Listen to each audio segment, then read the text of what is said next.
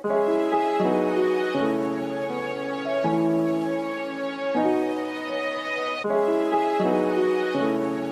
Good morning everyone. मैं विश्वदीप सिंह, आपका IT trainer.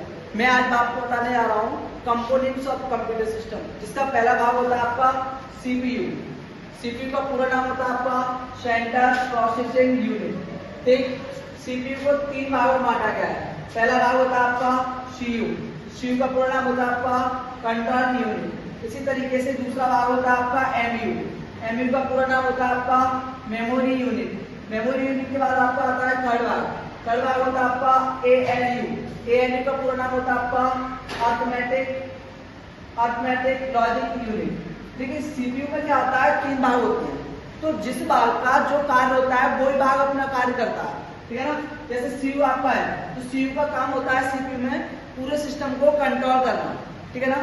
MU आता है आपका, एमयू का कार्य होता है सीपीयू में डाटा को स्टोर करना।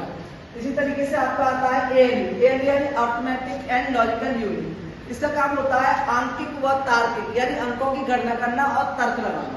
ठीक, इसी तरीके से बात आती है एमयू की। एमयू को 2 भागों में बांटा गया है। एमयू को 2 भागों में बांटा गया है। पहला भाग होता है आपका प्राइमरी मेमोरी। प्राइमरी मेमोरी को इंटरनल मेमोरी के नाम से भी जाना जाता है। दूसरा भाग होता है आपका सेकेंडरी मेमोरी। सेकेंडरी मेमोरी को एक्सटर्नल नाम से भी जाना जाता है, एक्सटर्नल मेमोरी के नाम से भी जाना जाता है। इसी तरीके से प्राइमरी मेमोरी आपकी 2 होती है। पहली होती है आपकी रोम, जिसका पूरा नाम होता है और रीड ओनली मेमोरी। ठीक, इसी तरीके से दूसरी मेमोरी होती है आपकी प्राइमरी रैम। रैम का पूरा नाम होता है रैंडम एक्सेस मेमोरी।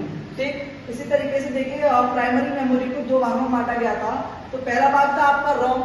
रोम को भी 3 भागों में बांटा गया है। पहला भाग होता है आपका रोम का पीरोम, यानी इसका पूरा नाम होता है आपका प्रोग्रामेबल रीड ओनली मेमोरी। इसी तरीके से दूसरा भाग होता है आपका ईपीरोम। ईपीरोम का पूरा नाम होता है erasable programmable read only memory. इसी तरीके से आपका तीसरा भाग होता है रोम का EEPROM, electronically erasable programmable read only memory. ठीक है। अब बात आती है रैम की।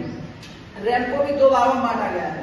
पहला भाग होता है आपका एसरैम। एसरैम का पूरा नाम होता है स्टैटिक रैंडम एक्सेस मेमोरी। ठीक है। अब बात आती है सेकंड पार्ट की, डीरैम। डीरैम का पूरा नाम होता है आपका डायनामिक रैंडम एक्सेस मेमोरी।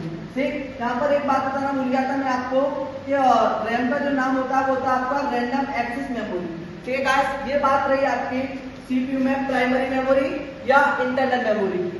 अब बात करते हैं हम सेकेंडरी मेमोरी। सेकेंडरी मेमोरी को हम एक्सटर्नल मेमोरी के नाम से भी जानते हैं, जो कि हम पहले बता चुके हैं आपको, है ना। अब देखिए, सेकेंडरी मेमोरी जो आपकी है उसे 5 भागों में बांटा गया है। पहला होता है आपका एक फ्लॉपी डिस्क। ठीक, दूसरा होता है आपका हार्ड डिस्क, जो कि मैंने यहाँ पर आपका एक नोट करके रखा है। अब तीसरा होता है आपका ऑप्टिकल डिस्क। ठीक है, ऑप्टिकल डिस्क को 2 भागों में बांटा गया है। पहला होता है आपका सीडी, जिसे बोला जाता है कॉम्पैक्ट डिस्क। दूसरा होता है आपका डीवीडी, जिसे बोला जाता है डिजिटल वर्सेटाइल डिस्क। ठीक, अब बात करते हैं एक solid state. Solid state disk होती है, ये भी आपका एक एक्सटर्नल मेमोरी होती है। ठीक है गाइस, अब बात आती है मैग्नेटिक टेप। ये भी एक आपकी डिस्क होती है। ठीक है।